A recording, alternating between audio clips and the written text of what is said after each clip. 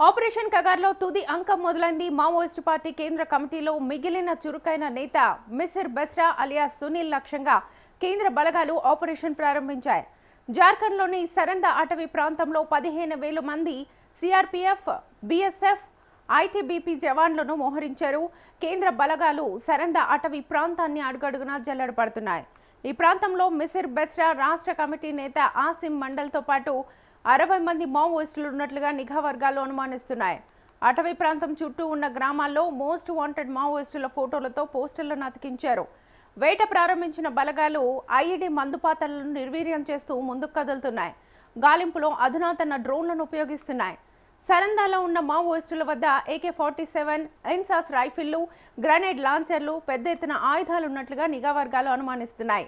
800 చదరపు కిలోమీటర్ల సరంద అడవి చుట్టూ ఒడిశా, ఛత్తీస్గఢ్ సరిహద్దులు ఉండడంతో 3 రాష్ట్రాల బలగాలను తుది ఆపరేషన్లు మోహరించారు. ఇలా ఉండగా కీలక నేత గణపతి, ఆయన భార్య రత్నాబాయ్, వార్తా శేఖర్ కమాండర్లు రేలా లొంగిపోతే తెలంగాణ మావోయిస్టులు లేని రాష్ట్రంగా మారినట్లేనని నిఘా వర్గాలు అంటున్నాయి. దండకారుణ్యం ఇప్పటికే మావోయిస్టు రహితంగా మారిందని, కర్రెగుట్టలో మావోయిస్టులు అమర్చి వెళ్లిన ఐఐటీలను చాలా వరకు నిర్వీర్యం చేశామని పోలీసులు చెప్పారు.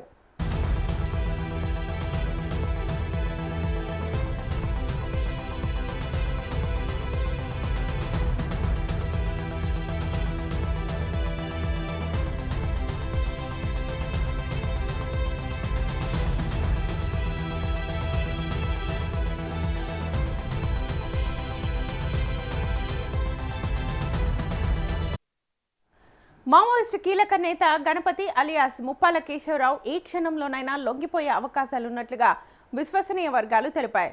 ఏడాది మార్చి 31 లోపు దేశంలో వామపక్ష తీవ్రవాదాన్ని పూర్తిగా తుడిచిపెట్టేందుకు కేంద్రం కృత నిశ్చయంతో ఉందని కేంద్ర హోంమంత్రి అమిత్ షా ఇప్పటికే అనేకసార్లు ప్రకటించారు. ఈ నేపథ్యంలో గణపతి లొంగుబాటుకు సన్నాహాలు పూర్తయినట్లుగా తెలుస్తోంది. 193 నిబంధన కింద పార్లమెంట్లో తీర్మానాన్ని ప్రవేశపెట్టించాలని షా నిర్ణయించడంతో గణపతి లొంగుబాటు ఖాయమని అధికార వర్గాలు భావిస్తున్నాయి. ఈ నిబంధన కింద అత్యవసర ప్రజా ప్రాధాన్యత గల అంశంపై తీర్మానాన్ని ప్రవేశపెట్టేందుకు అవకాశం ఉంది. TDP MP Byreddy Shabari, Shiv Sena MP Eknath షిండేతో ఈ తీర్మానాన్ని ప్రవేశపెట్టించి స్వల్ప వ్యవధి చర్చ నిర్వహించాలని ఇప్పటికే నిర్ణయించారు. ఈ తీర్మానంపై చర్చ తర్వాత దేశంలో నక్సలిజాన్ని అంతం చేసేందుకు మోదీ ప్రభుత్వం చేపట్టిన చర్యలు, సాధించిన విజయాల గురించి షా సభలో వివరించనున్నారు. 2025 మేలో పార్టీ ప్రధాన కార్యదర్శి నంబాల కేశవరావు అలియాస్ బసవరాజు, ప్రభాకర్ రావు, పర్కాల్ వీర్, పడకల్ స్వామి, చందన్ రావు, మడ్వి హిడ్మా తదితరులు ఎన్కౌంటర్లో హతమవడం, మల్లోజుల వేణుగోపాలరావు, దేవ్జీ, మల్ల రాజిరెడ్డితో పాటు దాదాపు 4,000 మంది మావోయిస్టులు లొంగుబాటు బాట పట్టడంతో నక్సలిజం దాదాపుగా అంతరించినట్లయింది. గణపతి కూడా లొంగిపోతే నక్సలైట్ ఉద్యమాన్ని అంతం చేసినట్లేనని లాంఛనంగా ప్రకటించేందుకు షా సన్నద్ధమవుతున్నారు. గణపతి సోదరుడు రామచంద్రరావు ఇప్పటికే తన సోదరుణ్ణి లొంగిపోయి జనజీవన స్రవంతిలో కలిసిపోవాల్సిందిగా అభ్యర్థించారు. కాగా ఈ నెల 4న ముఖ్యమంత్రి Revanth Reddy, DGP Shivadhar Reddy, intelligence additional DGP Vijay Kumar, SIB IGB Sumathi తదితరులు షాతో జరిపిన సమావేశంలో గణపతితో పాటు పలువురు మావోయిస్టు నాయకుల లొంగుబాటు, పునరావాసం గురించి చర్చించారు.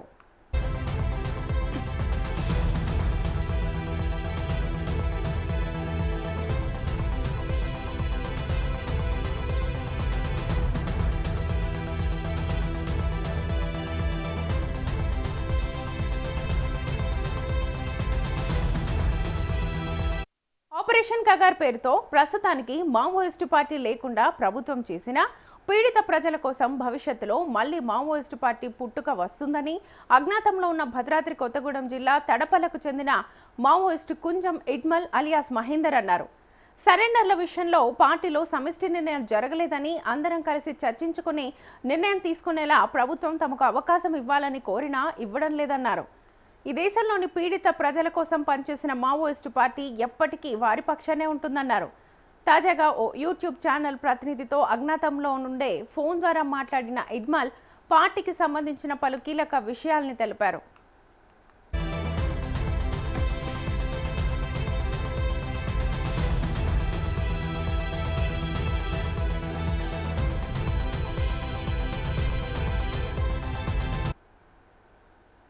ఆపరేషన్ కగార్ నేపథ్యంలో అజ్ఞాతం వీడి బహిరంగ జీవితంలోకి వచ్చి పార్టీని కొనసాగించాలనే ఉద్దేశంతోనే సరెండర్లు జరుగుతున్నాయని ఇట్మాల్ చెప్పారు.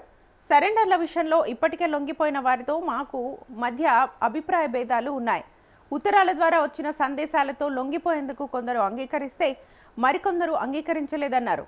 పార్టీలో సమష్టి నిర్ణయానికి అవకాశం లేకపోవడంతో వ్యక్తిగతంగా ఒక్కొక్కరిగా లొంగిపోతున్నారని చెప్పారు. ప్రస్తుతం తనతో పాటు మరో 50 మంది వరకు ఉన్నారు. అలాగే వివిధ రాష్ట్రాల్లో పార్టీ ఉంది. మేమంతా కలిసి నిర్ణయించుకునేలా ప్రభుత్వం మాకు 3 రోజుల అవకాశం కల్పిస్తే మేమంతా చర్చించుకుని మార్చి 31 లోపు లొంగిపోతామన్నారు. లేదా డెడ్ లైన్ ముగిశాక నిర్ణయించుకుంటామని తెలిపారు.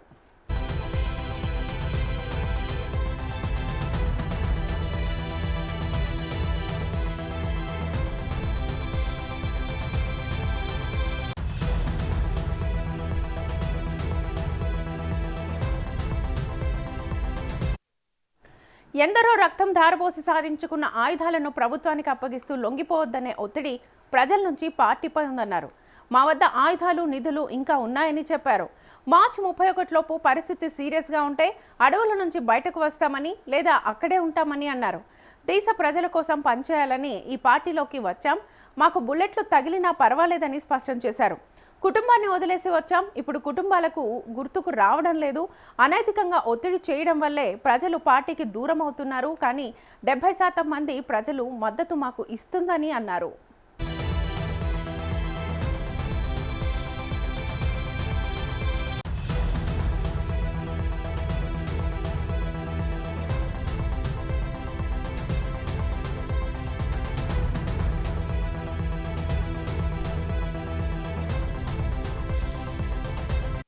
సోను, దేవ్జీ, రాజిరెడ్డి వంటి కీలక నేతలు సరెండర్ అయ్యాక మీరు మాత్రమే అడవుల్లో ఉండి ఏం చేస్తారని మీడియా ప్రతినిధి అడిగిన ప్రశ్నకు బదిలిస్తూ మిగతా అగ్రనేతలు లొంగిపోయినా మేమే కమిటీగా ఏర్పడి ఎవరు నాయకత్వం వహించాలనేది నిర్ణయించుకొని ముందుకు సాగుతామని ఇట్మాల్ తెలిపారు.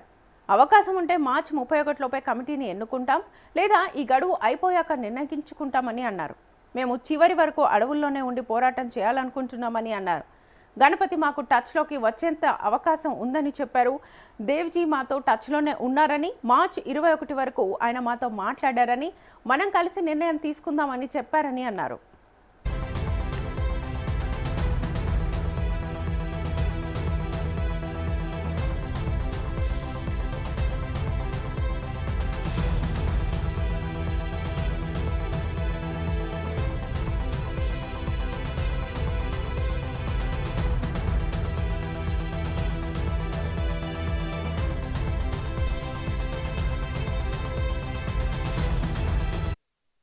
మావోయిస్టు పార్టీకి మరో భారీ ఎదురుదెబ్బ తగిలింది. ఆ పార్టీ కీలక నేత చెల్లూరి నారాయణరావు అలియాస్ సోమన్న ఆంధ్రప్రదేశ్ పోలీసుల ఎదుట లొంగిపోయారు. ప్రస్తుతం నారాయణరావు ఏఓపీ రాష్ట్ర కమిటీ సభ్యుడిగా పనిచేస్తున్నారు. పీపుల్స్ వార్లో అంచెలంచెలుగా ఎదిగి పలు హోదాల్లో నారాయణరావు పనిచేశారు. నేడు ఆయన లొంగుబాటును ఏపీ డీజీపీ అధికారికంగా ధృవీకరించనున్నారు. నారాయణరావు లొంగుబాటు మావోయిస్టు పార్టీకి కోలుకోలేని దెబ్బ అని రాజకీయ విశ్లేషకులు భావిస్తున్నారు.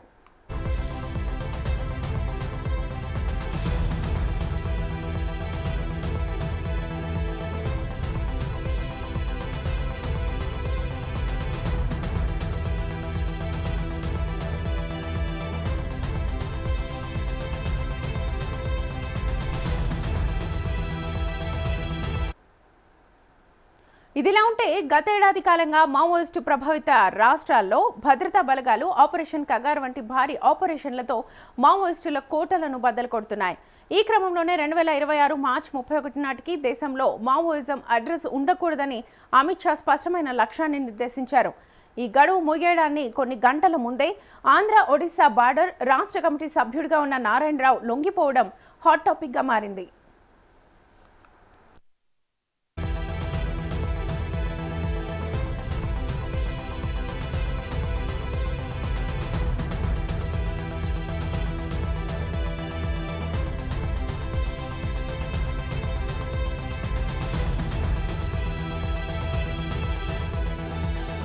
నారాయణరావు లొంగుబాటుతో ఏఓబీలో మావోయిస్టుల ఉనికి దాదాపుగా శూన్యమైందని పోలీసు వర్గాలు భావిస్తున్నాయి.